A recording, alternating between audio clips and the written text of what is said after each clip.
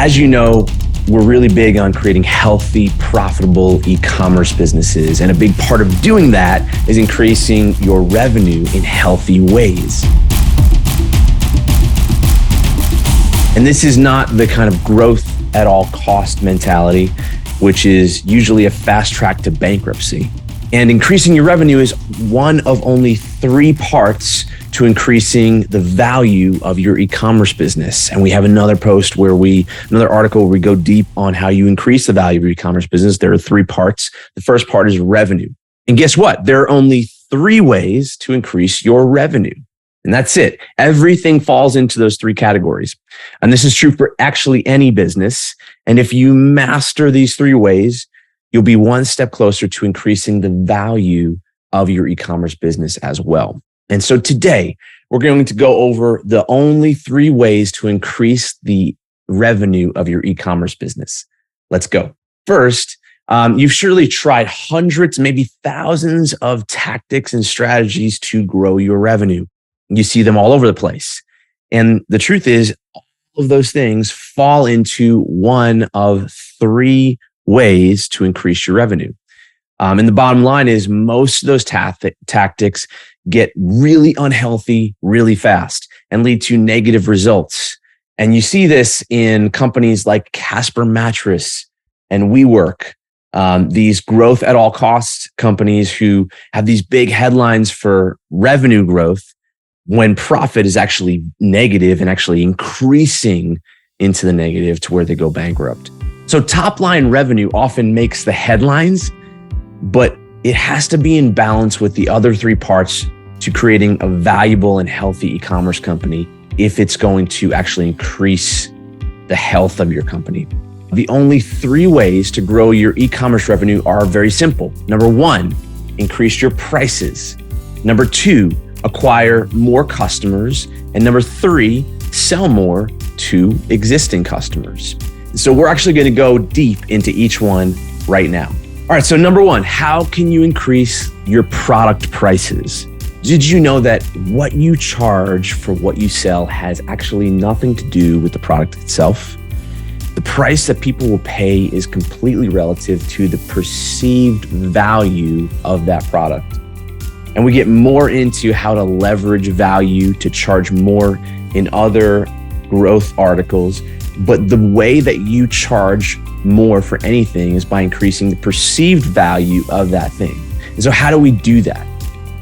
Well, before we get into it, I want to mention that the kind of the sort of minimum for doing this is actually having a great product that fulfills its promise. So that's kind of an assumption when we get into this. And so let's get into 3 ways that we can increase the price of our product. So number 1, create a real brand. And so we talk a ton about the value of creating a brand and how to do that and how it's not just your logo or your marketing. A big part of creating a real brand is the emotion that someone feels, the trust that you build with a customer, and the authority that you have in the subject matter of your products with those customers. And a brand is a real asset. And we talk about that in other guides, but it's a business asset. In fact, it's really the only real competitive barrier that you have. Building a real brand is the single most important thing you can do to increase the success and the value of your business.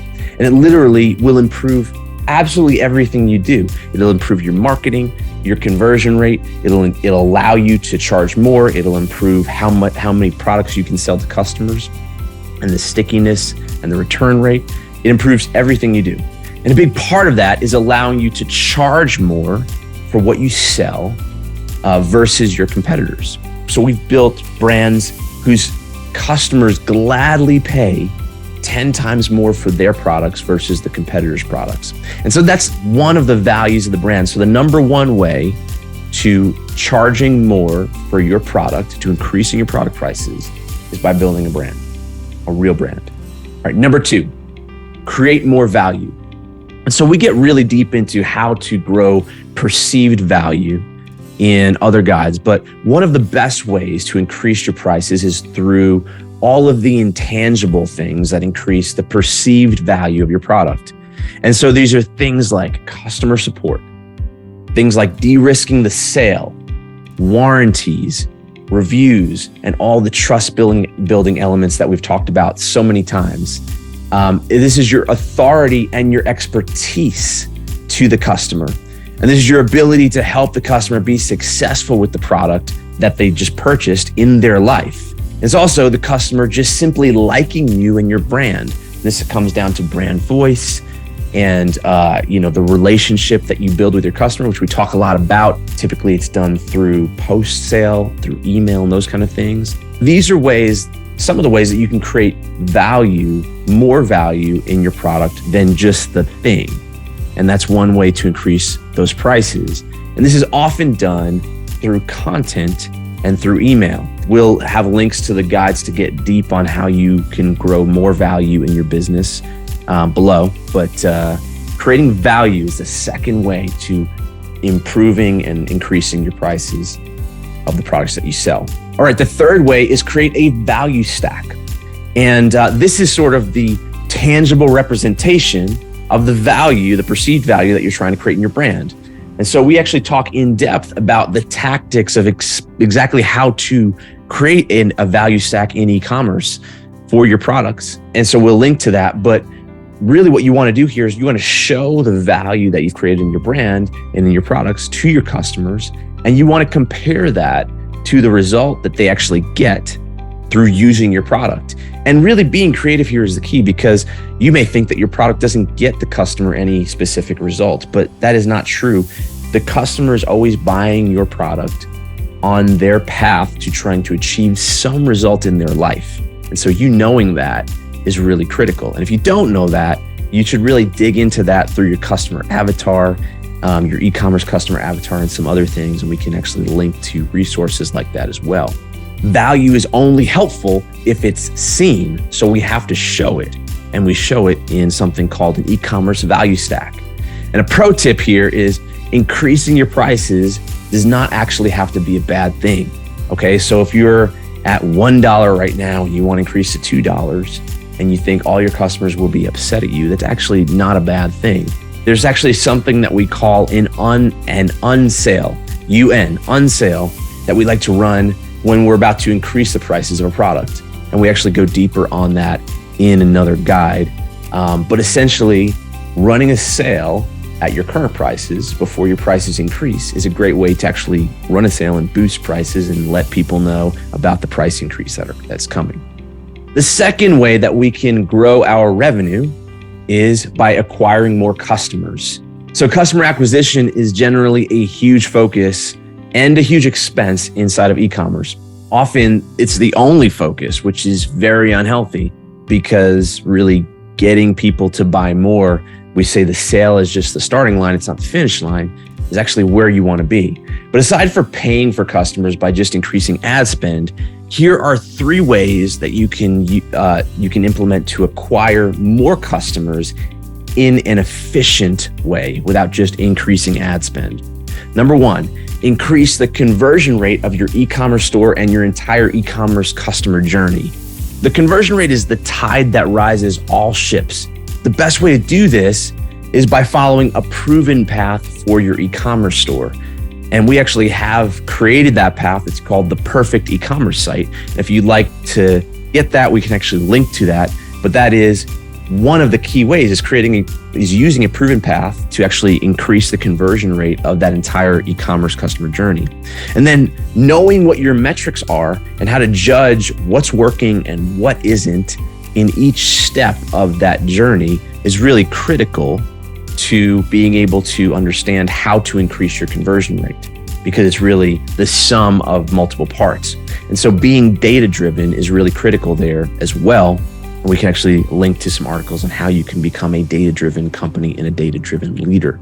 And then if you haven't mapped out your customer journey, you really need to do that, because those are the steps in your conversion path. And if you don't know what they are, then you have to go back and you actually have to understand what they are, and you have to intentionally create that. And so number 1, how to acquire more customers efficiently is increasing the conversion rate of your e-commerce store. Number 2 is retargeting using ad funnels.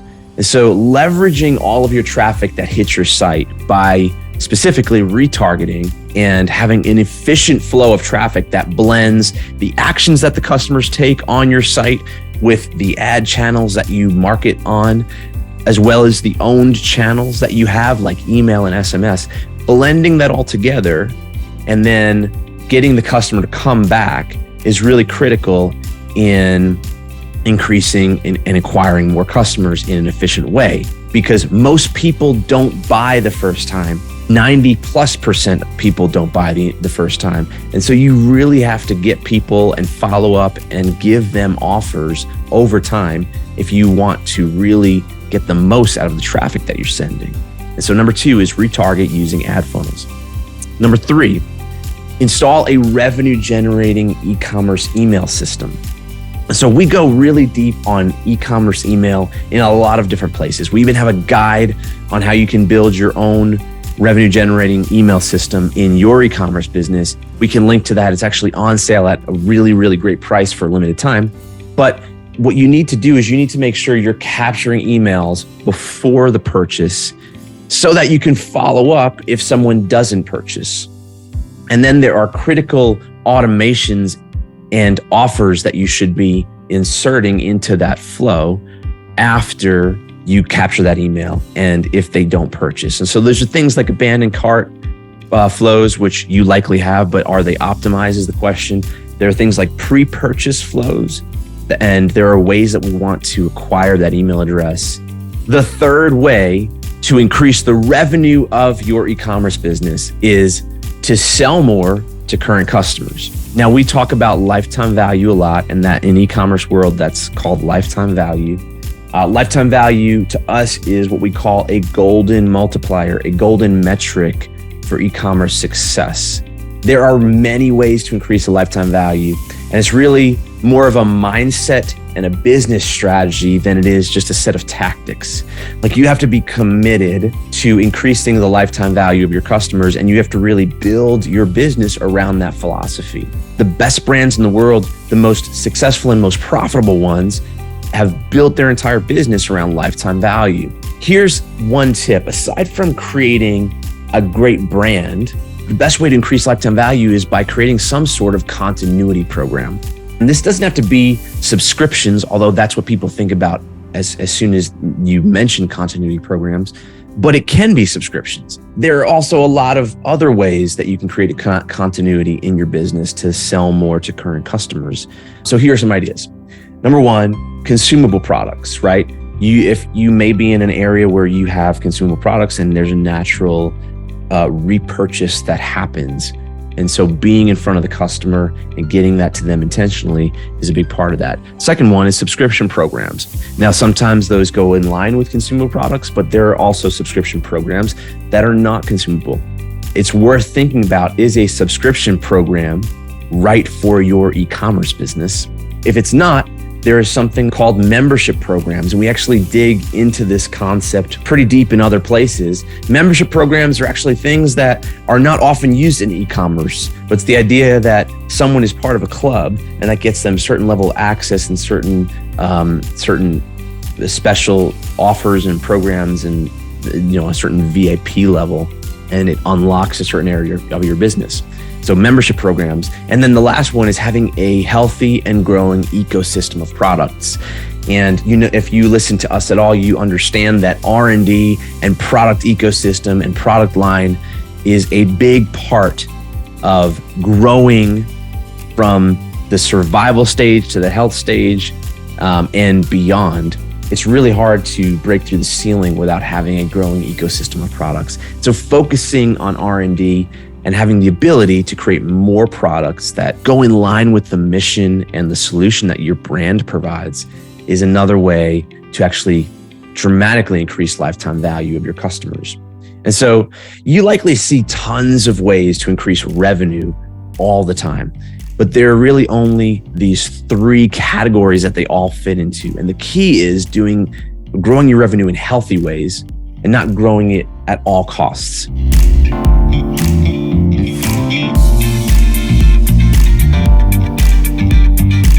reducing the costs to run your e-commerce business is one of the three parts to creating profit and increasing the value of your business, which is a big part of what we care about. It's not a subject that's often discussed since the headlines like to show revenue growth, not cost reduction, right? And by the way, we do go into revenue growth in many other guides, which we'll link to below. But the truth is that cost cutting is not really the mentality of growth. It's not super sexy. And if you look at it the wrong way, it's a bad thing.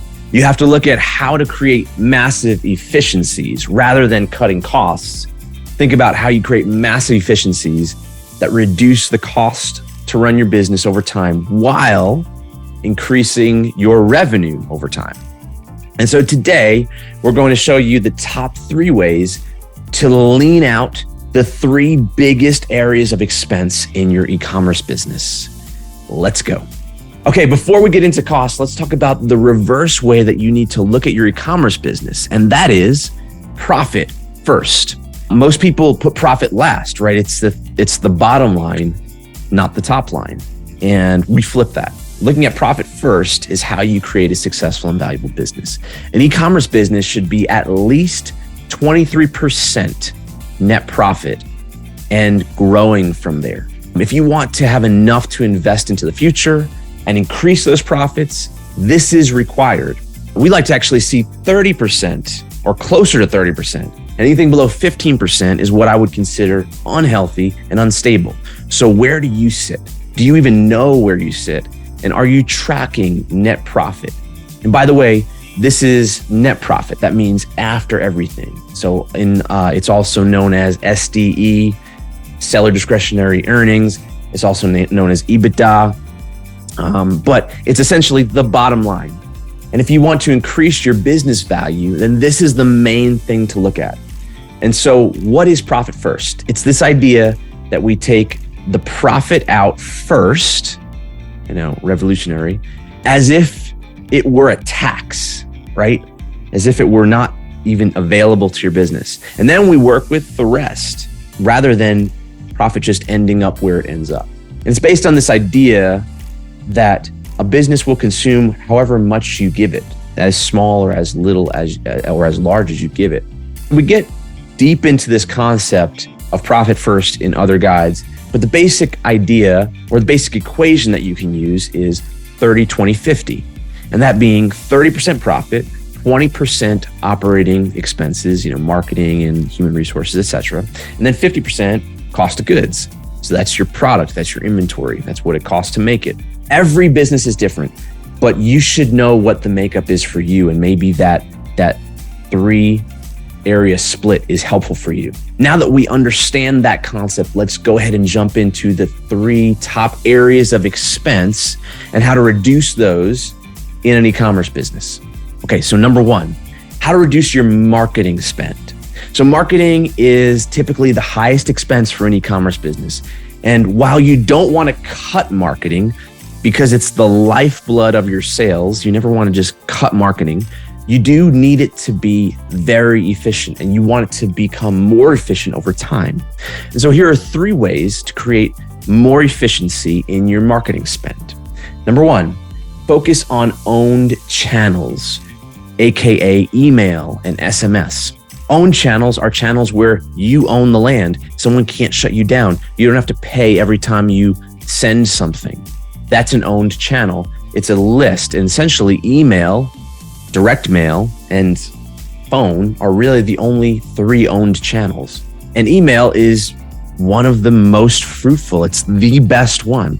According to HubSpot, email has a 36x ROI. And so that's $36 for every $1 you spend, versus if you take pay-per-click, right? You're talking about most good ROAS is 2 to 4x, right? And sometimes you can get higher, but it's a very different return. That doesn't mean you shouldn't do pay-per-click, but 30% or more of your sales should be coming from email. And if they're not, then that's the opportunity. You really need to get more sales through email. And so we actually have a guide on how to install a revenue generating email system into your business, into your e-commerce business. that you can grab, and we'll link to below. It's at a ridiculous price right now for a limited time. But essentially, number one is focusing on own channels, and that's specifically email. That's the biggest lever that you have. The second one is maximize unpaid and paid traffic. You need to have this full funnel approach where you're bringing in traffic, and sometimes you're paying for it. You're actually paying for it everywhere. It just depends on if it's direct cost or an indirect cost. So you're paying to bring in these people, and we want to make the most out of them. And so we want to make sure that we're following up with all the other technologies that we have. So that means you need to be retargeting. You need to be transitioning people as quickly as possible to email, even before the sale, especially before the sale, to maximize your follow-up. Since we know most people will not buy your product the first time. Most people won't buy your product even the second time. So you have to follow up over and over again. And so number two is maximizing traffic. Number three is bring in an expert. Oftentimes, to maximize your marketing spend, it takes deep knowledge and experience in various areas and various industries and different brands, and to leverage that and to create efficiencies in your business. And so it's very hard to do that when you're doing everything else, and your business may not be a marketing business, it's a product business. And so one idea is to bring in an expert, something like we do that, Medicake does that. There are other experts out there that really know e-commerce, that look at lots of different brands, that spend lots of money across a lot of different brands and different ad platforms and all the different channels. Bring them in and help them guide you in creating efficiencies and sophistication in all these places. So number one, how to reduce your marketing spend. That's the number one cost center. Number two, the second cost center is inventory. And so let's talk about how to reduce inventory cost. This is cost of goods. And so inventory is a massive expense, and one that will not go away unless you're a digital product. And even then, there's still costs of creating that. And so we go into supply chain and forecasting pretty deep in other places that we're not going to get into here. But let's really quickly get into the top two ways to reduce inventory cost. Number one is forecasting. And this includes primarily not overpaying for freight charges, understanding how much demand there is for your product, how much people will consume, how much you're going to sell, and then planning ahead enough so that you can get it to you efficiently. So assuming that you make your product, that means talking to the manufacturer, that means giving them enough lead time, that means all the things so that you're not overpaying for speed. All right, that is what forecasting is about. And that's true even if you don't manufacture, whether or not you buy from suppliers or not. Forecasting is a huge lever, because the faster you need it and the more that you hold in your inventory that's not sold, the poorer your cash flow, the more expensive your inventory becomes. And so forecasting is number one. Number two, margins. And so we talk about margins being one of those gold multipliers, right? One of those key levers in e-commerce, like your gross margin, everything flows from that. And so we like to see a 5x minimum gross margin in a product. And we actually like to really see something like 30x or more in your product. That's where you can really be successful. And that may sound like a lot, but it's really not, because that is how you pay for the rising cost of acquisition of a new customer. And so you invest in R&D and some of these critical ways to actually grow your business in healthy ways. And so margin is critical. If you don't have this, it's really hard to build a successful business. And so if your current products are low margin, look at increasing that through increasing your prices or through bringing in higher margin products over time. So that's the second cost center, is inventory. The third cost center is shipping. And so let's talk about how we reduce our shipping costs. And so shipping is obviously a massive part of e-commerce, right? It's essential in almost every e-commerce business, unless you're a digital product. And so thus the costs associated with shipping can get quickly out of hand. We like to have a few rules for reducing shipping costs. Number one, deal in lightweight and easy to ship and low breakage products wherever you can. If you're looking at expanding your product line, if you're looking at how to improve your products, when we look at businesses that we're potentially acquiring or consulting with, ideally it's lightweight, easy to ship, low breakage. Now, it doesn't mean that you can't be in heavier, more complex shipping products. It's just you have to think more about the model. You have to make sure that your costs are not getting out of hand in the shipping area specifically, and that you can actually really serve customers well, doing warranties and support and all that kind of stuff without going out of business. So that's number one. Number two is the unboxing experience. And so we talk a lot about how important unboxing is. And I'll link to all those guides. But the key here is that you don't overspend on the supplies and the packaging related to your products. If you do, then you're just wasting money, right? And so have a great unboxing experience, but be efficient and reduce unnecessary waste wherever possible.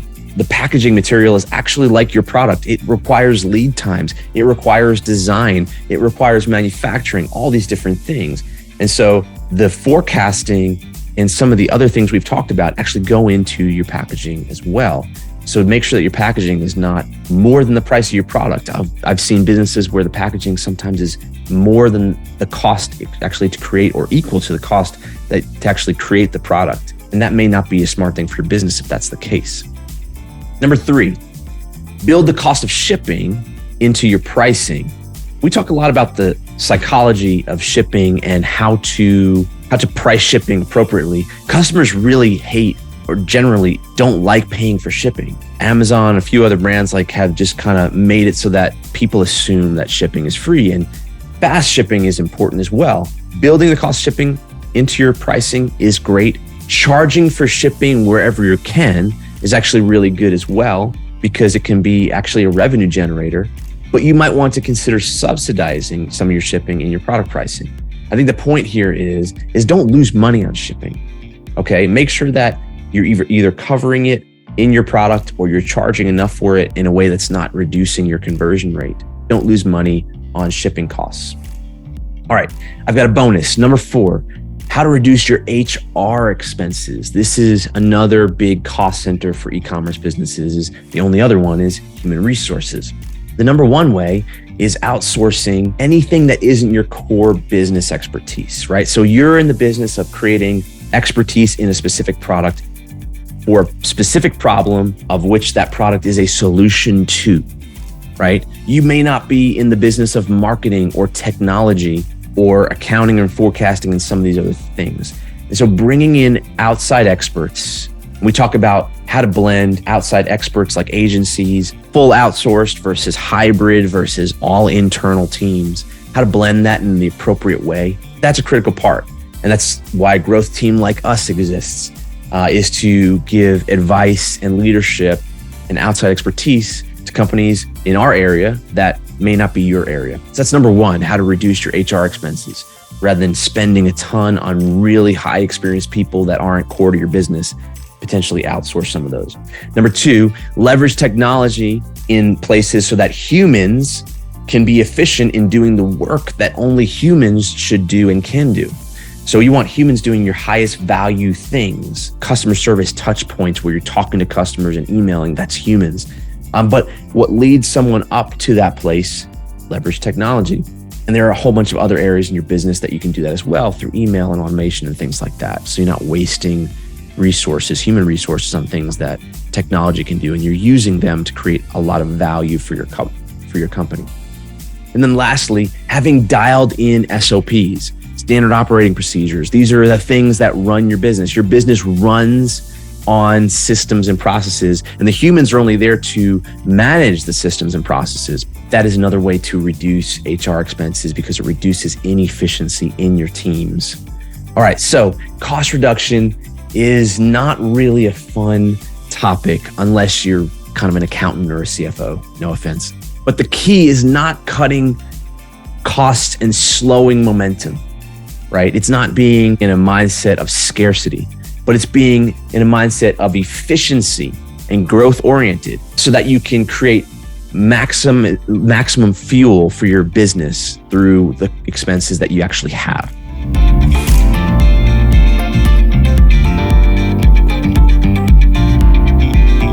Creating long-term success is the true mark of a valuable company.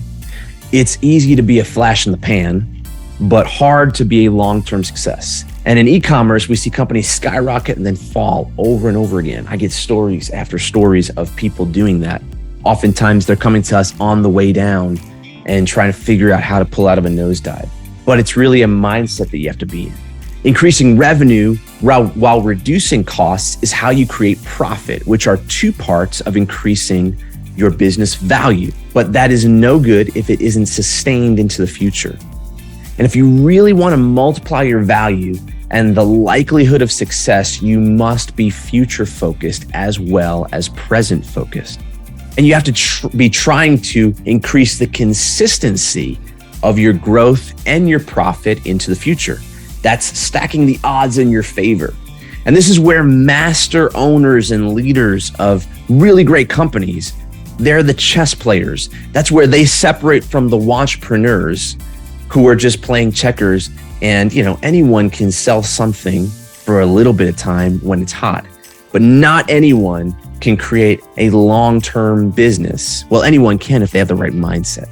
And so today, we're going to talk about the top ways to increase the future consistency and the probability of success for your e-commerce business, how to have the right mindset and what the tactics are. So let's go. Increasing consistency in the future isn't a guarantee. It requires a mindset and a gut feeling. And that comes from not just analysis, but also from being the soul of your company, right? You need to have a soul of your company so that you have a gut feeling for what's coming and a sense of your market into the future. All right. So then there's the analysis side, which is data and macroeconomics and all these different things. And so many companies run just on the analysis. They run just on the past. You have to do both. You have to run on the past and you have to take calculated and wise risks based on the future, based on what you feel is happening in your market. This is why being a master of your market will be a huge asset to you being able to do this really, really well. And so let's get into 4 top ways to increase your future success and the likelihood of success in your e-commerce business. Number 1, be a solution brand, not a product brand. So products come and go, but problems are always there. They rarely go away. They just change. And so you really have to be committed to the problem that you're solving. You have to be aware of the problem that you're solving, and you must make that solution to the problem your mission and your purpose. If you focus on products only, you have a good chance of being a fad brand and not a brand that lasts for a long time. You must know the problem you solve and orient your entire brand around that philosophy, your philosophy for solving that problem using your products. Number 2, you have to run 2 businesses at the same time, today's business and tomorrow's business. So once you realize that, you're set up for success. And this means that you have to study the macro environment.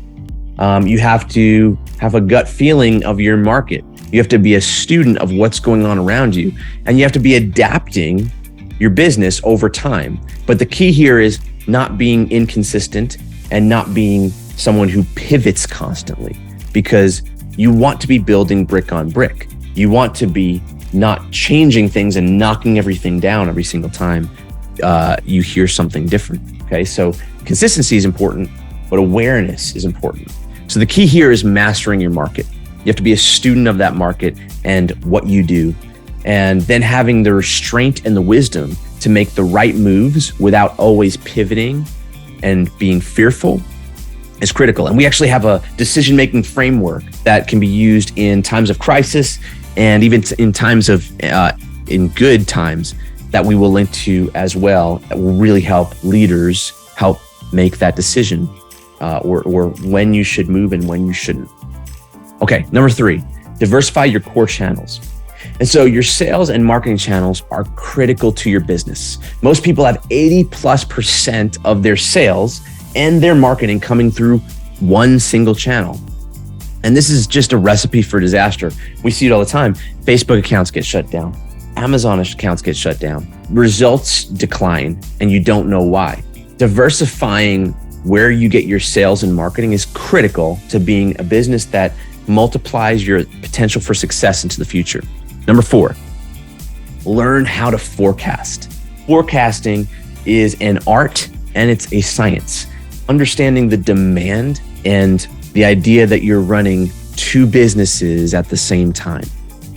All right. Developing new products, ordering inventory in advance, and financing are all critical parts of future success. And that comes from forecasting. That comes from understanding where you're at, where you're supposed to be going, what the need is, what the demand is. Increasing future success is probably the hardest, maybe most ambiguous part of increasing the value of your business. This is where the masters are separated from the entrepreneurs.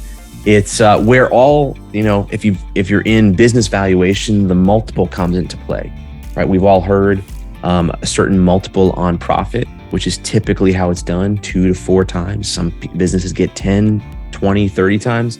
It really depends on this thing. It's profit, which are the other guides, and then increasing the future likelihood that that profit will increase at an exponential rate.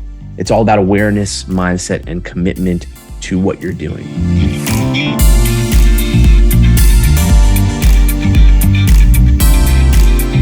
If you're running a business of any size, one of your main goals should be to increase the value of that business with everything you do. Even if you never want to sell, building to sell is how you create a massively profitable and healthy business that keeps growing no matter what. And so today we're going to show you the simple formula to increase the value of your e-commerce business. And this is based on almost 20 years of experience working with some of the top direct-to-consumer e-commerce brands in the world at Medicake, which is where we consult with those type of brands every single day, and also being part of dozens of valuations and acquisitions of e-commerce businesses over that period of time as well through Doe.capital. Based on that, we've created these 3 parts. Let's jump in. No matter what the size of your company, whether you're in the hundreds of millions or you're just starting, the way you increase the value is actually very simple and the same. As I've often mentioned, any business is simply a money multiplication machine, right? So the job of the business is to take money in, that's investment, and then to make more of that money on the other side, that's returns. It's just that simple. That's the only reason that business exists. If it's not doing that, then it's not functioning as a healthy business and it will go out of business. Now, unfortunately, this idea has been clouded by companies that take money in, produce negative returns, but they produce high revenues, so headlines, and then they're praised as being very successful. And this may exist on Wall Street in publicly traded companies. This may exist in the venture capital world.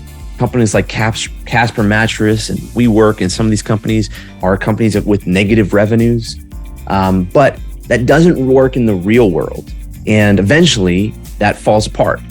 And so if you want a healthy business, a valuable business, then you need a business that creates exponentially increasing profits over time. That old system is broken, or that other system is broken, and it won't last. And if you follow the tactics, and this is the key, because most businesses see that and they follow those same tactics and they get those same results, which is negative profits, but they don't have Wall Street or venture capital backing them, and they fail. We call that growth at all cost, and it's a very unhealthy, bad mindset. Here at Medicake, we want healthy growth. We want sustainable growth. We want profitable growth. And by the way, if that's what you want, we actually have a challenge going on right now. It's a 9-day challenge for creating healthy growth in your e-commerce business. It's at a very crazy price, and you can get to it below. And you can jump to that if you'd like to. But if you want to increase the value of your company, it starts right here. We're starting this series on how to increase the value of your company. And so, how do you increase the value of your e-commerce business? The simple answer is you increase the value by generating profits that exponentially increase in size and likelihood as time goes on. So there are only 3 parts to increasing the value of an e-commerce business or any business. Those 3 parts are: number 1, grow your revenue; number 2, reduce your costs; and number 3, increase the future consistency and likelihood of success of your business. The key is that all three of those things have to be done at the same time. They're in tension with each other. Otherwise, you get really unhealthy companies. So for example, if all you do is grow your revenue, then you operate at a loss, or you might operate at a loss, you don't know, and you'll likely go out of business.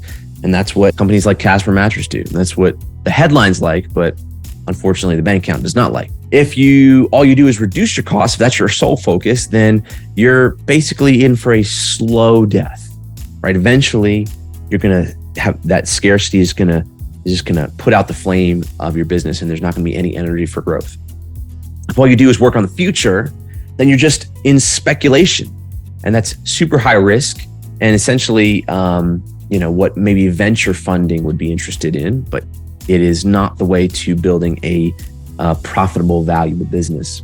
And if you're focused on revenue and costs, then you're susceptible to being a fad, like a flash in the pan, because you're not looking at the future at all. And all you care about is maximizing profit right now, today. And so any mixture of those three that's not all three is not healthy and will not get your valuation to go up. And so let's go through each part in brief. Part 1, grow your revenue. This is where almost everyone focuses. So this is one that everyone knows about. It's the glamorous headlines. It's the, we made $10 million in 3 years and, 3,000% growth or 300%, whatever. Those are all great things. It's growing your revenue, but it's only one part. It's easy if you're not worried about profit, but how can you grow your revenue in healthy ways where you worry about profit, where you're concerned about the other two areas? Well, there are only 3 ways to grow your revenue, period. We'll show you healthy ways to do that. Number 1, raise your prices. Now, this is not average order value. This is what you charge for the products that you sell. Number 2, acquire more customers efficiently. All right, this is bringing in new customers, making more and more new sales. And number 3 is sell more to current customers. And this is also known as lifetime value, which we've talked quite a bit about.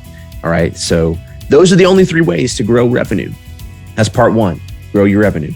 Part 2, reduce your costs. And so no one really likes this one because it's not fun, but it's part of running a business and it can be fun. The key here is that you have to have the mindset of abundance with a strong awareness of profit and costs to build a successful business. So if you step into scarcity and you're in that mindset where cost cutting is all that you do and being a cheapskate is your number one go-to every day, then you're just not going to survive long term. Your business is going to run out of fuel. People are not going to want to work with you. You might make some profits. You might make a nice, small little business, but you will not find long-term momentum because you're starving the fuel, which is expenses. Expenses are the fuel of business. You just have to be efficient with those. Typically, the largest expenses in any e-commerce business, aside from HR, are these 3 things: marketing, your marketing budget, inventory, and shipping. Your business may have a slightly different makeup, but ultimately you have to find efficiencies in these 3 areas. You can't just reduce them and kill them because you can't stop marketing. That's the lifeblood of your business. You can't not buy product, and you can't make cheap products that don't work, and you can't skimp on poor shipping that's slow and gets there broken and has a really bad unboxing experience. Like, you can't do that. And so you have to reduce these in ways that don't stunt your growth, that don't hurt your long-term vision. And that means finding efficiencies within them. And we actually dig into how to do that in healthy ways so that you balance these 3 parts, right? Reducing costs along with future and revenue. We dig into that in other guides that I will link to below.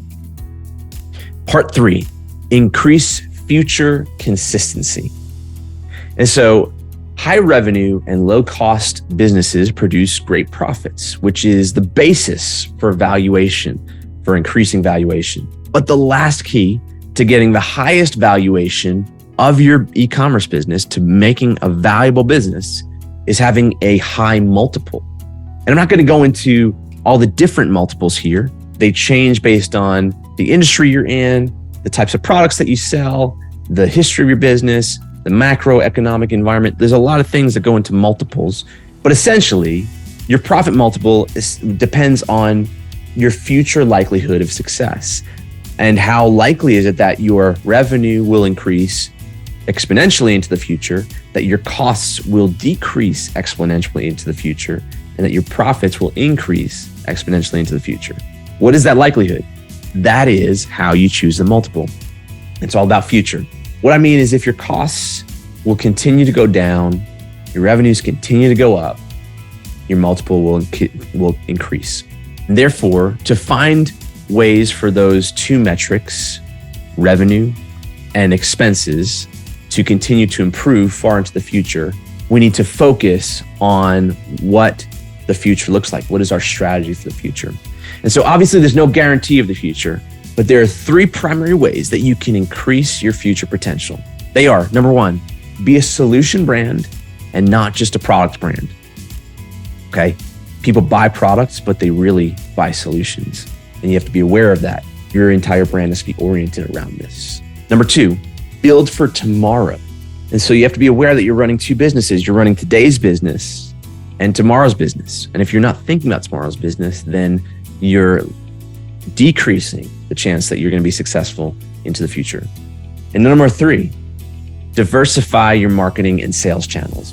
Marketing sales channels are the lifeblood. That's where all of the new customers and sales and acquisitions come through your business. These should be protected.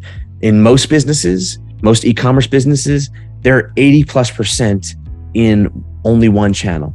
And so I'll ask you this, like, where do most of your sales come from? Are they through Amazon? Are they through Facebook? Does most of your marketing new customers come through Facebook ads or social or something like that? For most people, the answer is yes. And if that's true, your business is ripe for being disrupted and has a lower probability of success into the future. The way you increase that is by diversifying those, so that no matter what happens in the future, if Facebook gets shut down, if Facebook shuts you down, it does not affect your business in a way that is dramatic. That is the goal. And so there may even be more things that increase your future certainty in your business based on your unique business. And so those are the three parts to increasing your e-commerce business value. It's actually really simple, but walking it out is a hard part. And hopefully this helps to demystify the idea of increasing your e-commerce valuation a little bit. Ultimately, it takes a mindset shift. You need to be an owner that can cut through the headlines and the glamour and through the growth hacking smoke, which actually isn't easy all the time. But if you're aware of it, it is.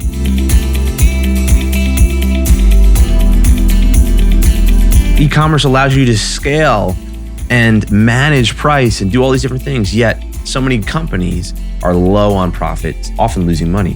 Why is that? Because they don't pay attention to it. They don't pay attention to profit, and they don't engineer a business model that generates profit with intention. And it's not because we're lazy, it's because we get caught up in top line numbers and exciting different tactics, and we're missing or ignoring unintentionally bottom line numbers. And so today, we're gonna show you how you can increase the profitability of your e-commerce channel without doing everything yourself and without just getting more sales, which, by the way, it doesn't work anyway, right? That just increases the problem. So let's get into it. All right, so many times I talk to e-commerce brands that essentially look like and say that they're killing it, and they believe it on the outside. On the outside, it looks like they're just doing amazing, right? Because you get tens of millions of dollars a year in revenue, maybe hundreds of millions of dollars a year in revenue. And oftentimes you find out that, and unfortunately many times you find out that they're barely making money at the bottom line, or worse, they're losing money. And so this happens more often than it should. And it's because everyone looks at revenue growth as the first thing, and very rarely do people look at profit, because it's not easy to see, it's not often easy to calculate, it takes work to find out, etc. And the truth is, a smaller business with higher profit is clearly way better than a large business with less profit or very little profit, because a large business takes more headache. And so if you're going to have more headache, you might as well have better profit, right? Why would you have a very low profit margin on higher business and have the headache that goes along with it? And also, if you're ever looking to sell your business and you want to be valued at a good rate, your value is going to be based on profit, most likely, not revenue. Now, sure, certain business models value revenue, especially recurring revenue, but typically it's based on profitability, and that's what's going to make you valuable. And why am I qualified to talk about this? Well, I've been doing this for almost 20 years, managing e-commerce companies, consulting with big e-commerce brands, helping them grow in really, really healthy ways. That means their marketing that also goes down to their profitability. And we have a capital arm that owns and manages e-commerce businesses. And so we're in this daily. The thing about the e-commerce channel is it's one of the channels that has the ability to scale with profit. So you're missing the benefit of e-com if you're doing it without profit. And the question to ask yourself is, why isn't this happening? How can you increase profit without doing everything yourself, and clearly without selling more, which doesn't work. But some people think sales fix everything, and they don't in this case. So let's get into it. First, let's talk about a benchmark. What should your profitability look like? What is your goal with profitability and where you're trying to get? Before we get into anything else, we need to start here. And so in general, your net profit of your business should be in the 20 to 30% range, right? 25% would be really, really, really, really good compared to a lot of other e-commerce businesses. 30 is really where you need to be, and you need to push higher if possible. But you may not choose to be in that profit margin, and that's okay. If you're choosing it intentionally, like you're in a growth phase and you're looking at investing profit into more growth, that's totally fine. As long as you're doing it knowingly and not unintentionally. That's the difference. And so if you're not in that range, that's okay, as long as you understand why you're not in that range and you're doing it intentionally, or you understand you're not in that range and you're trying to figure out how to get there. The problem is that most e-commerce companies are closer to 10% or lower, or worse, they're losing money and they don't know it. And that happens especially for early stage companies. And that's a problem. That's why so many companies go out of business. That's why so many companies think they're doing well and they find out that they're not. And we wanted to help you avoid that. And so how do we increase profit? Well, we only can increase profit in two ways, right? It's either increase your price or lower your expenses. That's it. There's no other way to increase profit. Sales doesn't increase profit. Nothing else increases profit. Those are the only two things that change the bar for profit. And so let's get into the specifics for increasing the profit of your e-commerce channel. The first one is dial in your gross margins. These are your product margins, right? Not net margins, but your product margins. Margins are what we call a golden e-commerce multiplier, and you can go watch videos on that. You can read about it. It is a key metric to the success of your e-commerce business, period. It's the key metric to the success of any company, but certainly in e-commerce. If you get this wrong, you won't have the money to invest into marketing, to invest into customer service, to create fans, to invest into product development, to create lifetime value, so that you can sell more to your customers, that they love you. You won't have any of that stuff if you get this wrong. And so this is the critical part to start with. It's actually one of the core criteria that we use when we're valuing companies in our capital arm, or even inside of Medicate when we're trying to see, hey, what's wrong here with this company that's coming to us to look for growth? And margins are actually one of the critical metrics we look at. Now, if you have a bunch of different products, take your weighted average product margin. That means, based on the top selling products, right? What's the percent of each product that it sells, and then what is its product margin? And then what is that weighted average between your product line? Now, your margin should be in our opinion, no less than 80%, or that is 5 times cost of goods sold to your price. So that means if you buy something at $1, you sell it at $5, but really it needs to be more like 10 times. And actually the best brands that we've seen deliver tons of value to their customers and create a lot of value in their business are closer to 30 times. Now that may seem like a lot to you, but it really isn't. And if you think about other business models where, let's say your cell phone, their marginal cost to add you as a cell phone customer, which might be $150 a month, is essentially zero. And so 30 times product margin is not that much when you have essentially thousands of times in other business models like software, etc. And so you should be really shooting for that. This is where it all starts. And so, of course, you have to still provide extreme value no matter what the price that you're selling for is, no matter what the price that you buy it for is. And this is the secret sauce to your business, right? How do you do that? This is why product planning and research and development strategy are so important, and that you do them with product margin in mind, because you need to be creating products and developing products that fit this model so that you can be a successful business. And so what can you do with your currently right now with your current products and future products, right? First, you can negotiate to lower your current product cost and to increase your current margins. You can also cut back on things that don't reduce the customer experience or the quality of your product. And that might be packing materials and other things that go into the shipping aspect and fulfillment aspect, or even like things that you might include with your product. That again, without reducing the customer experience or quality. The next thing you can do is you can develop new products, right, that have higher margins. And you can also plan ahead with your supply chain. We talk about this more in the supply chain talk.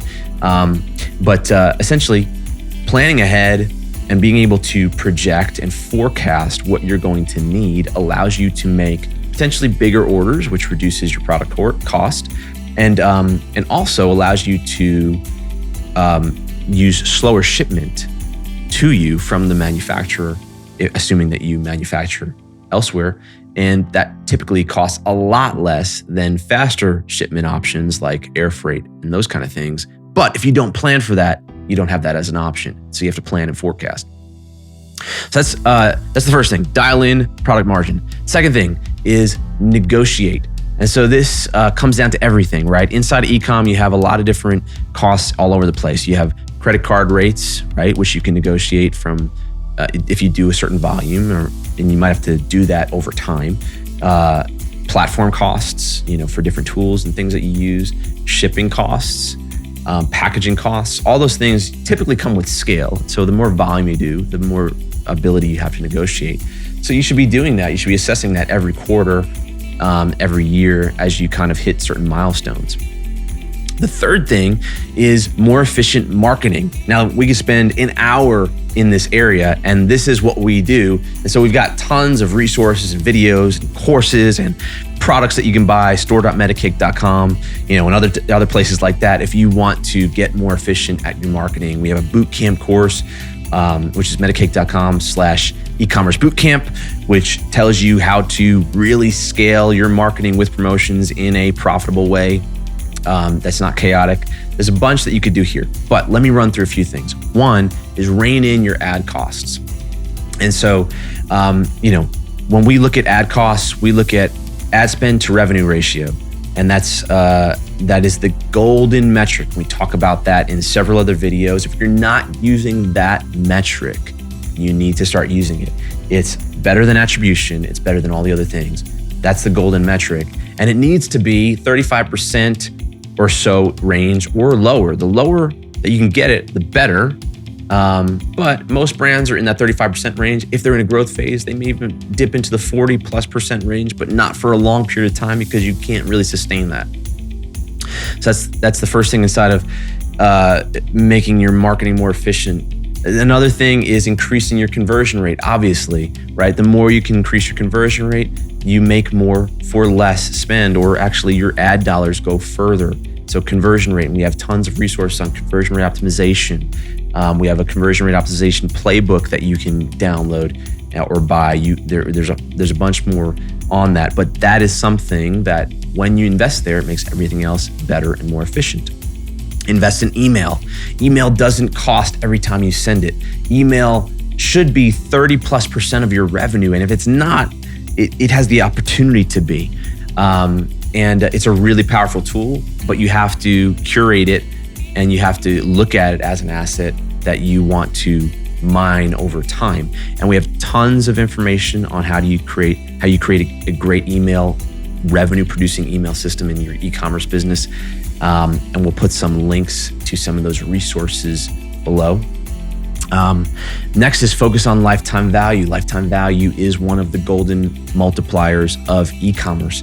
And if you know anything about e-commerce business, you really can't scale past a certain point if you don't have lifetime value. Lifetime value allows you to pay once to get a customer in and then pay marginally to get them to continue to buy if you do it right. That is one of the critical aspects of any brand, and we'll put some links to more resources on that here as well. And then SEO is another opportunity, right? Because the more that you invest there over time, it's basically free traffic that you don't have to pay for. Anywhere you can get free traffic as an asset that you don't have to pay for is a good thing.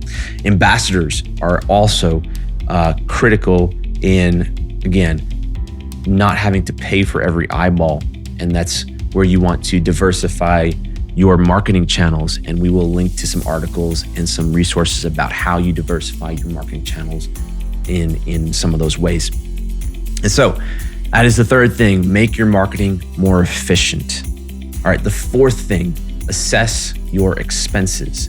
And so in this area, we did several videos and we have resources on creating SOPs. And SOPs seem boring to a lot of people, but they are ways that you can reduce human inefficiency and actually increase scale. And so you should use systems and SOPs to put humans where they belong and where only humans can do, and also help humans scale better and run systems and create systems. This gets your payroll down, right? Because if you have more human beings doing things that they shouldn't be doing, then that actually increases your costs significantly. And so you want to be really efficient on where humans are used and use machines and all the technology and systems and processes to get you there. You also want to look at your recurring expenses regularly, probably quarterly or annually at the least. And these include, all the tools that you use for marketing platforms, etc. Raise your prices is another way to increase your profit. And now, if you're going to raise your prices, you have to do this in a smart way, right?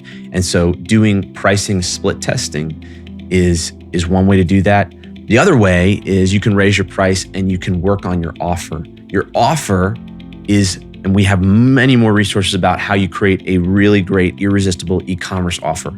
But your offer is what creates the value in the customer's mind. And the more value that you can create, some call it a value gap. So if your cost is X and the value in your customer's mind is Y, the bigger that gap is, the more profit that you have. And so your offer is a critical place to focus on if you want to increase profit in your business. We'll link to some resources as well on those. The other one is dial in your brand. Your brand is your profit generator, right? Because your competitors can rip off your product. They can't rip off your brand. Your brand is where it creates value and emotion in the customer's mind, and it's where profit is created. But you have to build on it over time, and you have to believe in that method. And we have books on that, and we have resources on that. We have courses, etc., on how you create a profitable, valuable e-commerce brand that we'll link to. And all of these things create more value in the customer's mind, which allow you to raise your prices. And if you can raise your prices and create more value in doing that, then you can increase your margins. All right, the next thing is increase your average order value. And we talk a lot about when we break down average order value. Average order value is one of those golden multipliers for e-commerce businesses. And it's golden because it's a lever you can pull and has exponential returns. it essentially means you get more for every purchase, which means your ad spend goes farther and your marketing is more efficient. All the things happen better when average order value goes up. And so there are strategies for upsells and cross-sells and post-sale upsells and cross-sells, which all may sound confusing, but you should know what those mean. We'll link to resources and where you can dig in more to that. Use a hybrid of in-source and outsourced resources. And so we've actually dug into how you make the decision whether or not to in-source or outsource something on your team. Some things are more efficient in-house, and it really depends business to business, but things like customer service really should be, at least the leadership of customer service should be in-house, because it's because of the branding and the voice and the knowledge that really has to come from within, that you don't really want to just outsource completely, because you'll seem generic and you might not be able to create fans in the same way that you could if they were part of your culture. And so customer service is the front line of fan creation, and that might be something that you want to keep in-house.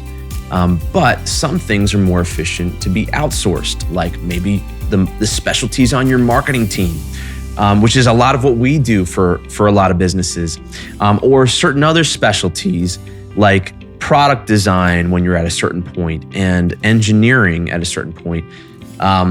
Some of those types of roles are best to be outsourced, mainly because they're really expensive to hire in.